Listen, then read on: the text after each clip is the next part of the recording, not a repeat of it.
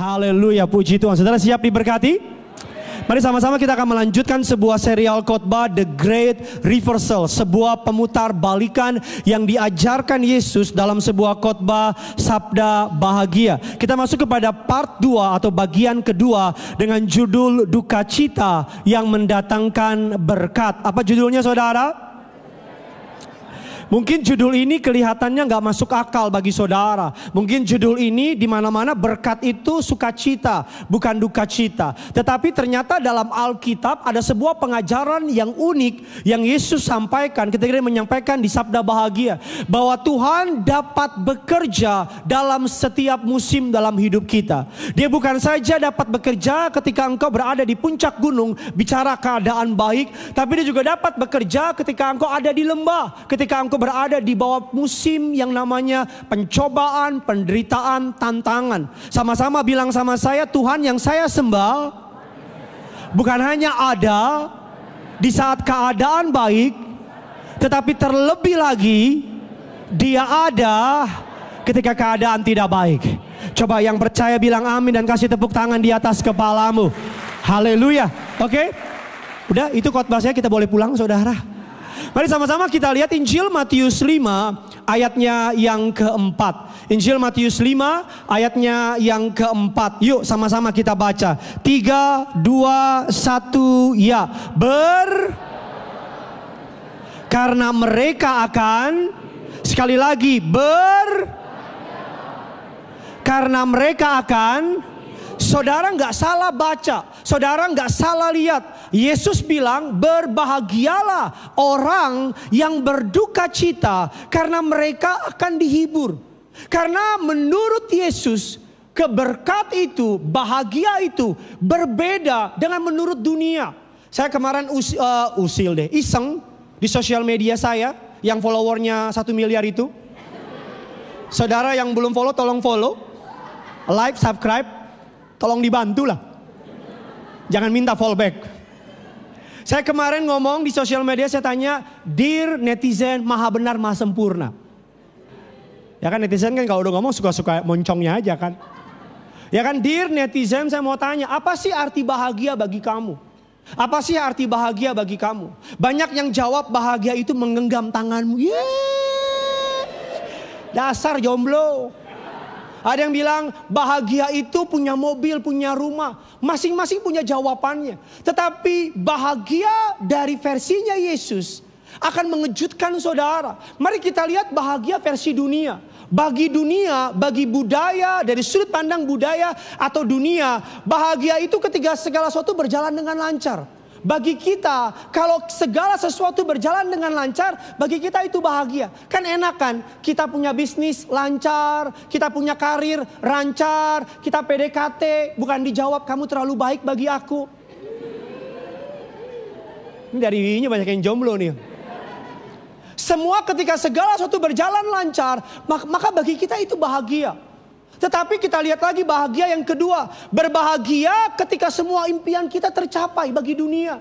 Ketika our dream, kita mimpi jadi polisi. Dan ketika gede kita jadi polisi, bukan malah yang ditangkap polisi. Ketika kita mimpi pengen jadi dokter, ternyata kita jadi dokter. Itu yang disebut bahagia. Yang ketiga, bagi dunia, bahagia itu adalah, definisi bahagia menurut dunia adalah ketika kehidupan kita bebas dari kesedihan, bebas dari duka cita. Itu menurut dunia. Tetapi Yesus datang dalam konteks sabda bahagia ini. Dia bilang bahagia begini, dia bilang demikian. Bahagia menurut Yesus dalam konteks sabda bahagia adalah ketika kita mengalami keadaan sukar, mengalami penderitaan yang paling dalam. Ketika kita sampai pada ujung akhir dari diri kita sendiri, maka pada saat itulah kita berbahagia dan diberkati. Saudara amin, karena mungkin belum ngalamin kan. Tapi itu maksud Yesus. Mungkin saudara bilang sama saya, are you crazy? Lu gila kali Pak Pendeta. Bahagia itu bukan ketika masalah ada datang. Jangan marah-marah dulu saudara.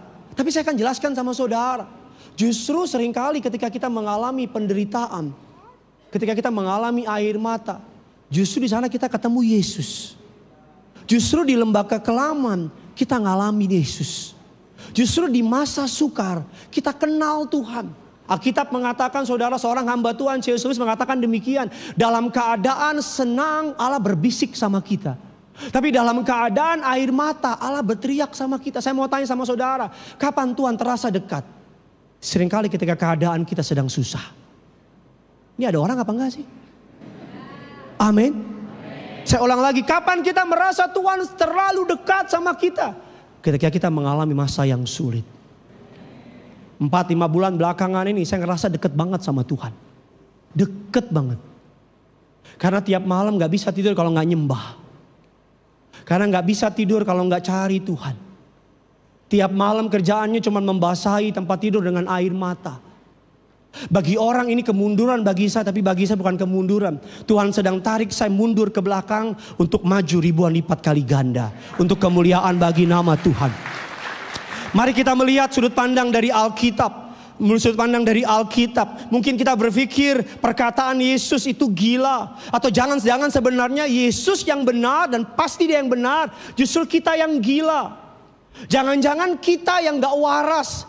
Karena kita bahagia, kita isi konteks bahagia, konsep bahagia dengan sudut pandang kita. Bagi kita bahagia itu mobil 5, 10, pembantu, dan rumah 20. Uang banyak. Tapi kalau uang jadi sumber bahagia, kenapa banyak orang kaya bunuh diri? Bagi kita bahagia itu punya follower banyak. Di Instagram followernya 20 juta. Foto kaki aja yang like 2000. Saudara udah foto berbagai macam angle, yang like cuma 2. Satu kepencet, satu mamamu. Terus kita bilang enak ya dia ya. Dia kalau foto apa-apa banyak yang komen. Kalau kebahagiaan konteksnya adalah terkenal, kenapa banyak artis bunuh diri? Mungkin saudara bilang, oh bahagia itu kalau uang banyak. Justru uang banyak kadang-kadang bikin kita stres. Kalau nggak punya uang gimana? Apalagi? Tambah stres. Mari sama-sama kita akan melihat saudara. Mari sama-sama kita akan melihat makarios. Arti dari kebahagiaan adalah orang yang berduka cita, yang meresponi panggilan kebahagiaan yang datang dari Tuhan. Kebahagiaan makarios dia dipengaruhi oleh situasi apapun. Karena kebahagiaan yang makarios bukan datang dari dunia. Makarios adalah kebahagiaan yang untouchable, gak bisa disentuh. Dan kebahagiaan ini gak bisa dihilangkan oleh kesedihan, oleh sakit, oleh duka, atau kuasa apapun. Mari kita lihat Mazmur 34. Ayat yang ke-19, yuk sama-sama kita baca. 3, 2, ya.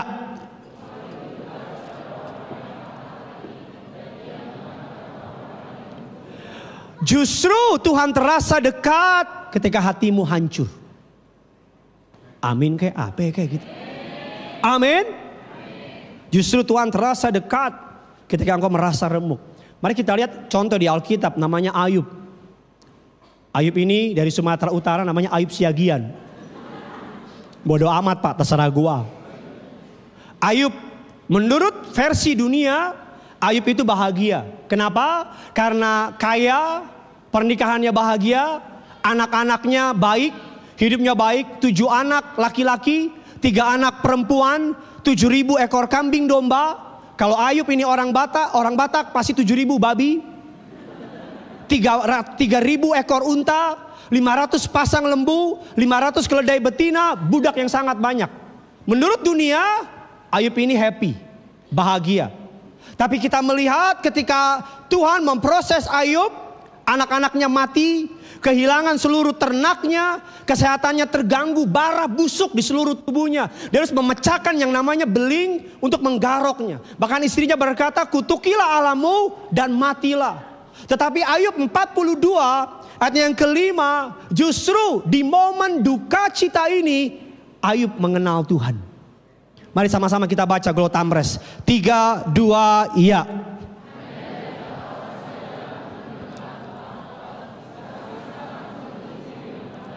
Hanya dulu ketika dia berlimpah hartanya, Ayub bilang, hanya dari kata orang saja aku mendengar tentang engkau. Tetapi kapan saudara?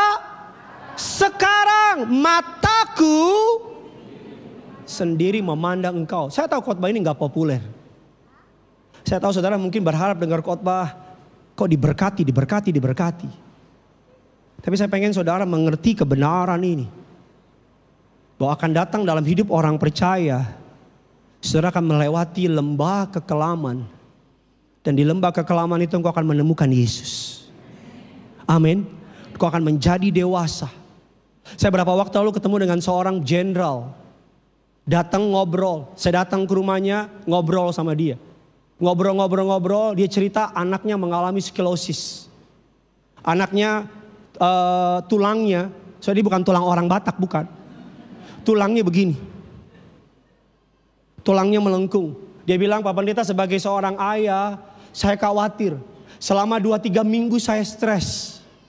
Tapi ketika saya datang sama Tuhan, karena kenapa? Karena sklerosis kalau udah bahaya saking bengkoknya, takut nyerang jantung atau paru-paru. Saya bukan dokter, saya nggak tahu nyerangnya kemana. Jadi bahaya. Tapi dia bilang justru di masa kabar buruk ini, saya jadi bisa main gitar. Dia beli gitar, dalam 2 bulan dia jadi bisa main gitar. Walaupun cuma bisa kunci C. Dia bilang sama saya. Dia bilang justru di masa sukar ini kami ngalamin Tuhan. Kami tiap malam nyembah jadinya. Saya sama istri saya, sama anak saya tiap malam nyembah. Penyakit itu gak lagi menakutkan sama saya. Penyakit itu gak lagi curi damai sejahtera saya, Pak Pendeta. Justru di momen ini saya sama istri sama anak kami paling dekat. Kami nempel. Justru di momen ini selama hidup saya, ini momen di mana saya ngalamin damai sejahtera yang dari Tuhan. Cabang lain sih tepuk tangan, cabang lain. Cabang ini ise doa Ayub, ise. Ya. Saya tahu khotbah ini mungkin saudara berharap khotbah yang fun, enteng. Karena kan kita selalu menghindari penderitaan. Kita kalau punya masalah pengen cepat-cepat selesai. Kalau ada masalah kita pengen buru-buru lari. Di Amerika tanggal 9 Maret dirayakan sebagai National Get Over It Day. Setiap 9 Maret. Saudara yang tinggal di Tambun jangan sok-sokan rayain. Ini diciptakan oleh namanya host God Black. Dia putus cinta sama pacarnya, sakit hati, dia lari mabok-mabokan dan sebagainya. Diciptakanlah National Get Over It Day. Tujuannya apa? Ketika saudara mengalami sakit, kecewa, saudara bisa makan apapun yang saudara mau. Saudara bisa mau pakai pakaian apapun bebas. Saudara boleh pesta, party all night long. Intinya saudara ketika lagi sakit hati, do it whatever you want. Karena memang dari sananya manusia kalau punya masalah pengen lari. Manusia kalau punya masalah pengen sembunyi. Manusia kalau punya tantangan, manusia nggak pernah rela diproses sama Tuhan. Tapi saya mau bilang sama saudara, kalau hari ini Tuhan sedang proses saudara dan saudara lari, kabar baiknya saudara bisa lari, tapi kabar buruknya nanti ketemu lagi. Saya pulang ya. Amin kayak apa kayak gitu. Bilang kiri kanan saudara, lo semangat bilang. Oh saya tahu minggu ketiga.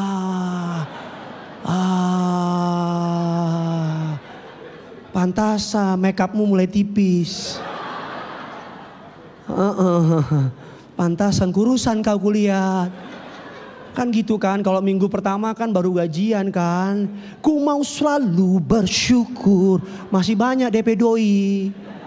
Ya kan minggu ketiga udah mulai gitu kan. Ya Tuhan dia. Apalagi kalau minggu sampai 5 minggu. Aku berserah. Kalau nggak aku berserah, kadang-kadang lagunya dalam Yesus kita bersaudara. Apa artinya pinjam dulu dong. Saudara boleh lari dari prosesnya Tuhan. Kabar baiknya bisa.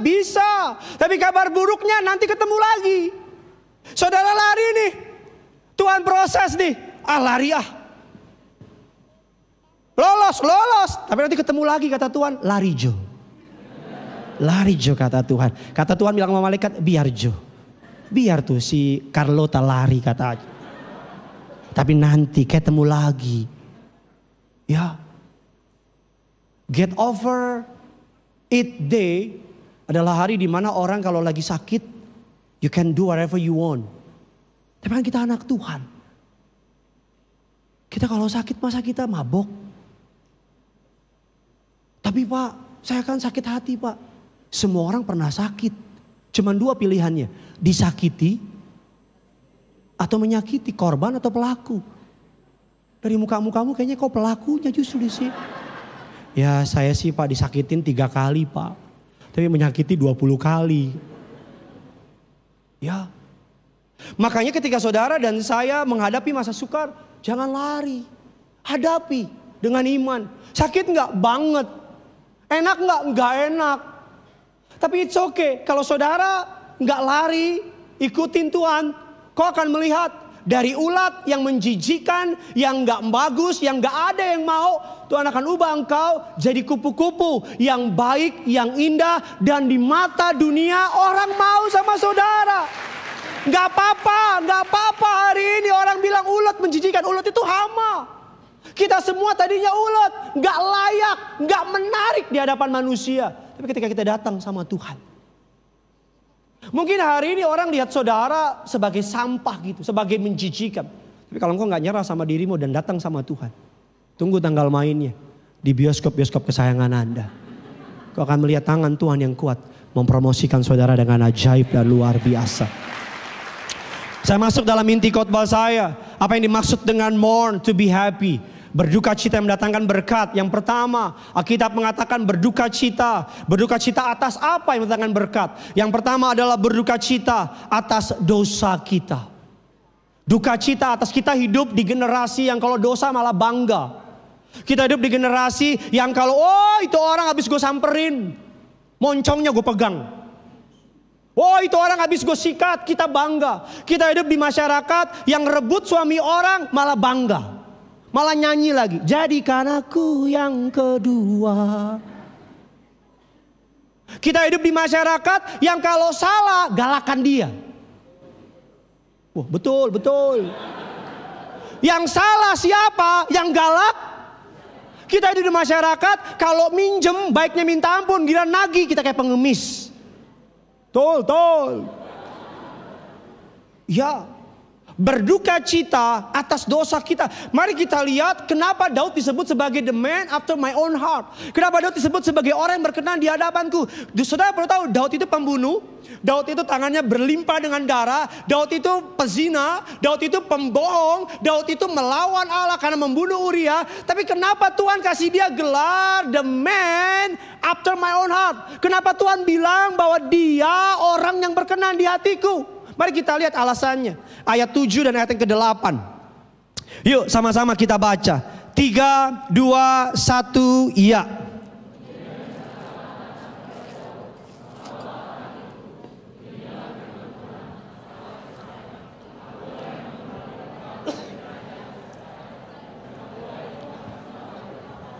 Ayat yang ke-8, kasih keras suaramu, telah dan aku telah, dan seandainya itu belum, tentu kutambahkan lagi apa? Kita tahu background dari cerita ini, Daud membunuh Uria, tidur dengan Bathsheba. Kita tahu cerita ini, yang ngerti bilang amin dulu. Saudara tahu kan? Yang gak tahu pura-pura tahu aja. Tahu ya Bu ya? Oke, mantap. Gak usah dijawab juga tapi. Kita tahu ceritanya. Singkat cerita, Nabi Nathan. Saudara perlu tahu Nabi Nathan nabi kecil, bukan nabi besar. Dia bukan nabi yang seperti Samuel. Nabi Nathan datang ke kerajaan Daud, istananya. Daud sebagai pemimpin. Nabi Nathan bilang, kaulah orangnya yang melakukan itu. Daud punya 2 pilihan. Sebagai raja, dia bisa menyimpan dosanya dengan membunuh Nathan. Dia bisa panggil pasukannya, Yoab, sikat Nathan. Buang kemana? Tambun. Jauh Tuhan, bodoh amat. Tapi Daud ketika ditegur oleh Nathan, listen carefully. Ada perbedaan antara orang yang berkenan sama Tuhan sama orang yang gak berkenan. Adam ketika Allah tegur, kenapa kau memakan buah pohon yang baik yang benar itu? Adam bukannya bertobat, tapi Adam salahin Hawa. Bahkan salahin Tuhan. Bahkan ketika Saul, raja sebelumnya, ditegur oleh Samuel karena Tuhan menyuruh Samuel, Saul bukannya bertobat, tapi Saul malah minta Samuel untuk jangan ambil kerajaannya. Lihat, banyak semua orang buat salah, tapi hanya orang yang rendah hati ketika ditegur mau mengakui kesalahannya. Amin. Siapa sih nggak pernah buat salah? Ada yang nggak pernah buat salah? Angkat tangan. Kita jadikan dia Tuhan dan Juru Selamat di sini. Nama saya nggak pernah buat salah. Nggak ada. Semua orang buat salah. Kenapa Daud berkenan di hadapan Allah? Kenapa Daud Allah sayang? Kenapa Daud Allah promosikan? Kenapa keturunan Yesus, keturunan Allah sendiri lahir dari garis tangannya Daud? Kenapa? Woi, saya kan udah anggota Tamres ini saya.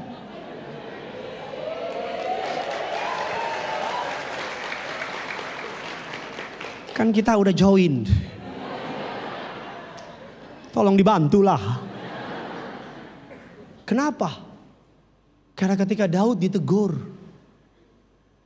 bilang kiri kanan saudara kalau salah, jangan banyak cincong bilang. Ayo bilang, pendeta yang suruh, ayo bilang, ayo. Ayo colek kiri kanan bilang, kalau lo salah bilang, ulang ya. Saudara kalau nggak melakukan nggak masuk surga loh. Ayo bilang siap ya. Kalau udah salah, jangan banyak moncong bilang. Amin. Mari kita lihat Mazmur 51 ayat yang ke-13. Ini yang Daud katakan. Ayat ini ditulis ketika Daud ditegur oleh Nabi Nathan. Yuk 3, 2, 1 ya.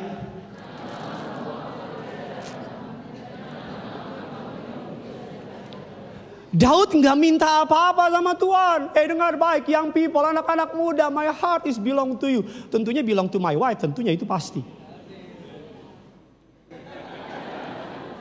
Saya pindah ke sudut kiri. Karena di kanan ini jomblo mania semua ini. Anak-anak muda, kalau salah, ampun Tuhan, aku salah. Maafin aku Tuhan. Jangan mundur dari aku. Jangan tarik rohmu dariku. Saya yakin kalau Adam ketika Tuhan tegur. Ini Adam bukan Adam istri suaminya Inul ya. Yang gagang telepon itu. Ada yang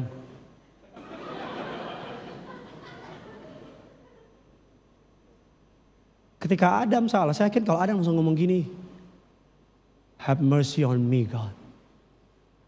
Aku salah. Ampuni aku Tuhan. Mungkin ending ceritanya kita gak di Tamres hari ini. Kita mungkin sekarang lagi ada di surga, ngopi-ngopi cantik. Kita sambil ketawa-ketawa, dan kita mungkin akan jauh lebih bahagia karena gak ada cicilan. Nggak ada pinjol. Kenapa dosa begitu berkuasa? Karena kalau udah salah, masih ngerasa bener. Bahkan buruknya nyalain orang lagi. Lalu gimana?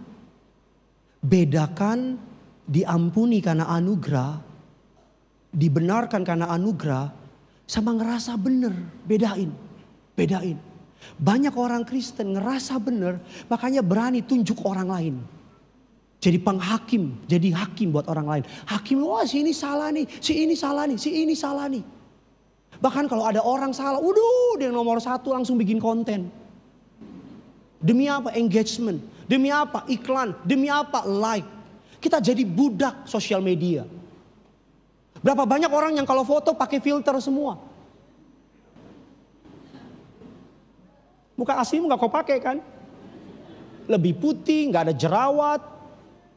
Dan ketemu. Dari jauh masa kini. Wow. Dan ketemu masa kok gini.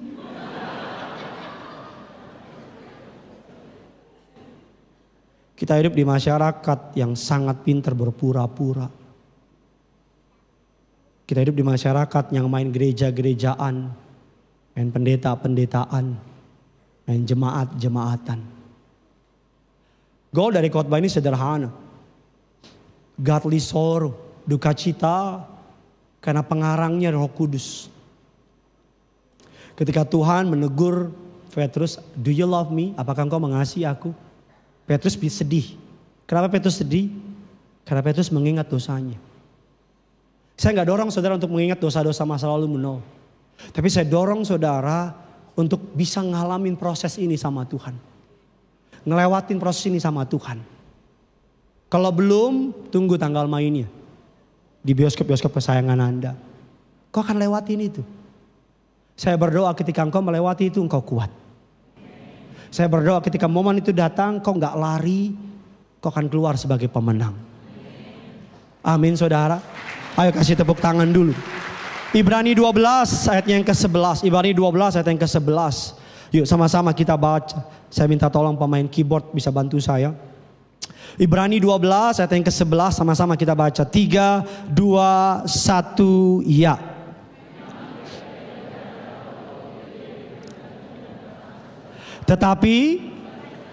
Tetapi kemudian ia menghasilkan apa?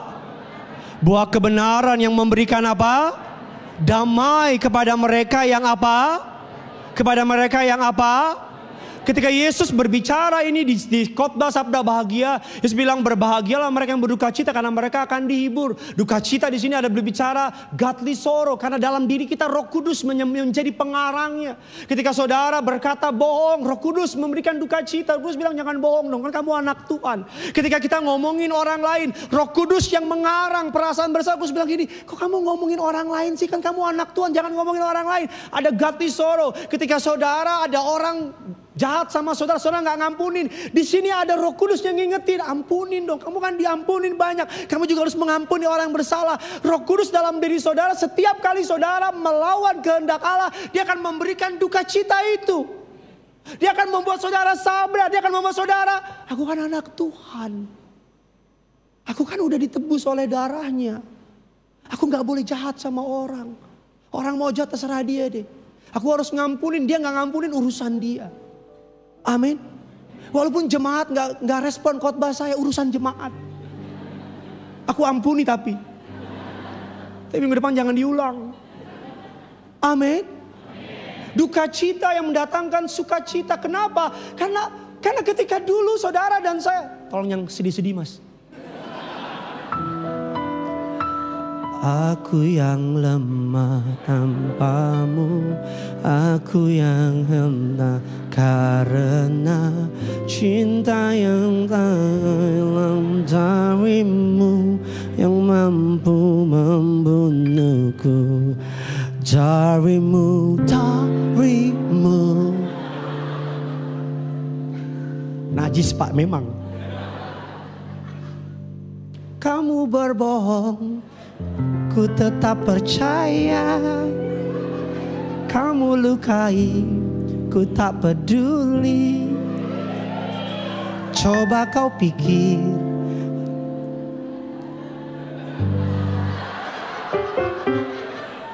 itu lagu paling gak jelas itu.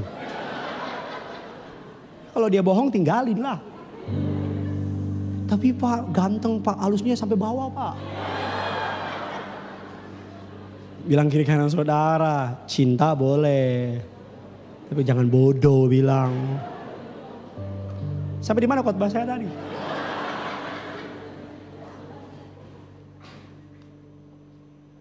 Sedih-sedih lagi mas. Dulu kan ketika lagi happy kan, hati kita ini kayak kamar kan. Kesibukan, karir, teman-teman, ya kan, harta, hobi, sampai Tuhan, pemilik hati kita, nggak punya tempat. Tapi ketika duka cita datang, mungkin namanya dipecat, mungkin namanya diputus kontrak, mungkin namanya diputusin, whatever it is, kan sedih. Teman kan pergi. Kesibukan mulai gak ada. Hobi juga gak bisa dikerjain. Sehingga ada ruang menganga di sini. yang memang Tuhan tunggu. Karena kita terlalu banyak mengisi hati kita dengan yang bukan dari Tuhan. Makanya Tuhan berusaha masuk Alkitab bilang, lihat aku berdiri depan pintu, aku mengetuk. Dia gak mau dobrak masuk. Walaupun itu hati punya dia. Makanya kadang-kadang Tuhan harus pakai masalah. Tuhan pakai yang namanya pengkhianatan, duka cita, air mata. Air mata pertobatan itu menyucikan hidup kita loh. Kadang-kadang ketika kita menangis sama Tuhan, hancur hati, kita bilang Tuhan sakit, Tuhan aku gak terima, aku begini-gini. Itu sebenarnya kita sedang dipulihin, disuciin sama Tuhan. Jadi ketika temanmu meninggalkan engkau, kesibukanmu mulai kurang, engkau mulai gak punya apa-apa. Ketika engkau berada di lembah kekelaman, ruang hatimu mulai kosong. Tuhan bilang aku bisa masuk sekarang kan. Aku bisa masuk sekarang kan, kata Tuhan. Kan teman kamu udah ninggalin kamu.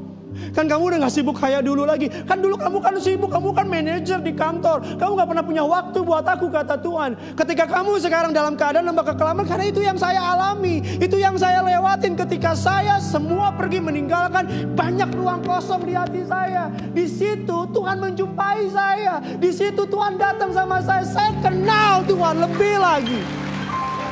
Itu yang dialami oleh Ayub, itu yang dialami ketika dia kaya, ketika semuanya baik. Gak ada tempat di hatinya buat Tuhan. Bukan berarti Ayub gak benar, Ayub orang benar. Tapi baca Alkitab, Ayub 40 dia bilang, aku melihat sendiri siapa Tuhan itu. Kalau iblis gak bisa bikin kau berhenti mencintai dia, Tuhan, bisa akan isi hidupmu dengan kesibukan. Sehingga Tuhan gak punya tempat. Makanya harus datang masa sukar.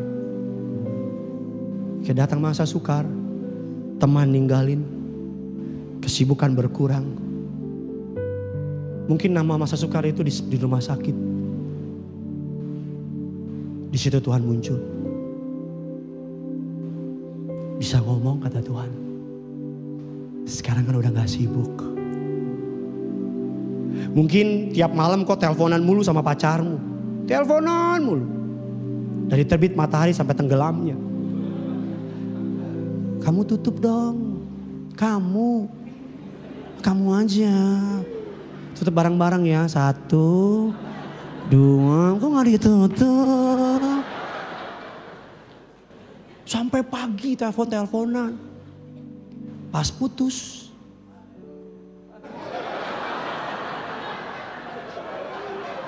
Siapa yang haleluya itu?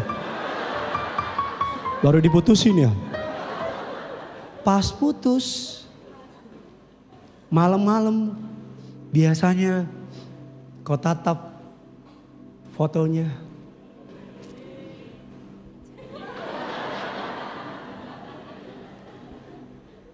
Udah mulai gak sibuk kan?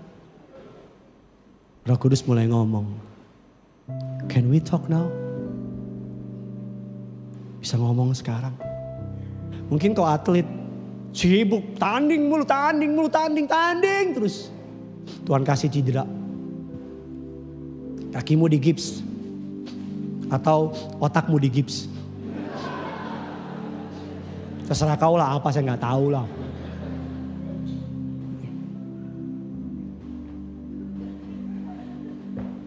Lihat orang pengen main, lagi duduk di stadion. Roh Kudus ngomong, bisa bicara sekarang. Oh mungkin saudara dulu, budak korporat. Kerja mulu. Natal buka toko, Pasca buka toko. Lagi di neraka aja buka toko. Terus perusahaan keluarin surat, dipecat. Gue kok marah.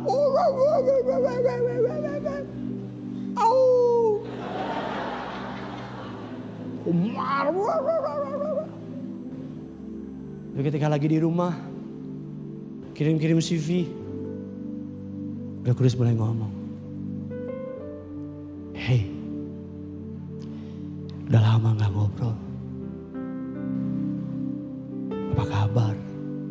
Kok mulai, saya selalu bilang ya, semua akan ninggalin kau. Semua. Kalau namanya masih manusia, pasti akan menyelamatkan dirinya sendiri. At the end of your life, hanya satu pribadi yang selama ini kau cuekin. Kau gak pernah peduliin dia. Hanya dia yang akan stay setia sama saudara. Namanya Yesus. Namanya Yesus. Pesan saya sebagai hamba Tuhan, jangan mentok dulu, baru datang. Mumpung belum mentok, datang. Saya ngucap syukur 4-5 bulan ini seru. Gideon diproses sama Tuhan, seru. Sesama istri saya diproses, mantap. Nano, rame rasanya. Saya tahu siapa teman saya tahu siapa sahabat saya tahu prioritas saya siapa. Saya menemukan panggilan saya yang sebenarnya dari Tuhan. Justru di momen-momen ini. Orang merancangkan yang buruk, tapi Tuhan merancangkan yang baik. Semangat anak-anak muda, semangka. Semangat kakak.